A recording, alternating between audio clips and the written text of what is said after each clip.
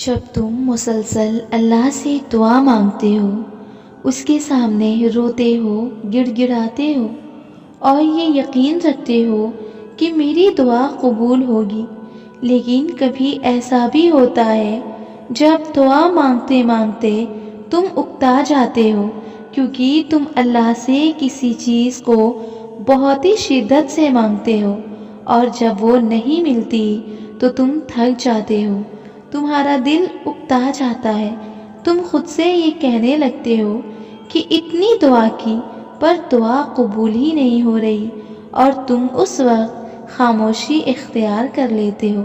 تو سنو، اللہ کی دیری کرنے پر اپنے دل کو مایوس نہ کرو، نا امید نہ ہو، یہی تو تمہاری آزمائش ہے۔ تمہارے رب کو تمہارا یقین جانچنا ہے کہ تم اپنے رب پر کتنا بھروسہ کرتے ہو۔ تم اگر اس سے نا امید ہو جاؤ گے تو وہ تمہاری دعا کیسے قبول کرے گا؟ تمہارا یقین ابھی بھی کمزور پڑ رہا ہے، ورنہ اللہ کی تھوڑی دیری کرنے پر تم نا امید نہ ہوتے، اس سے دعا مانگنا نہ چھوڑتے۔ اگر اللہ سے مانگ رہے ہو تو پھر شک کیسا؟ یقین کامل رکھو، وہ دے گا اور وہی دیتا ہے۔ اداس نہ ہو، جن کی آزمائشیں جتنی سخت ہوتی ہیں اللہ اتنا ہی بہترین انعام دیتا ہے۔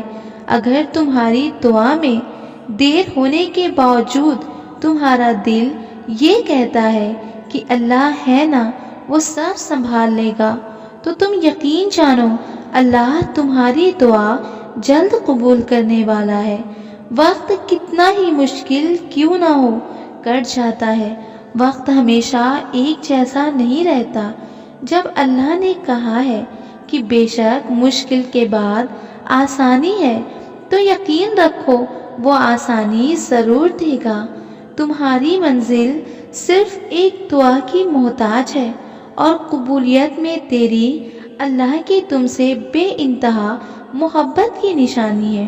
تمہارا ایک ہی دعا کا بار بار مانگنا بلا وجہ تو نہیں ہو سکتا۔ یہ تمہارا رب پر یقین ہے جو مسلسل دستک دے رہا ہے۔ دیکھنا تمہارا یہی یقین تمہاری دعا قبول کروائے گا۔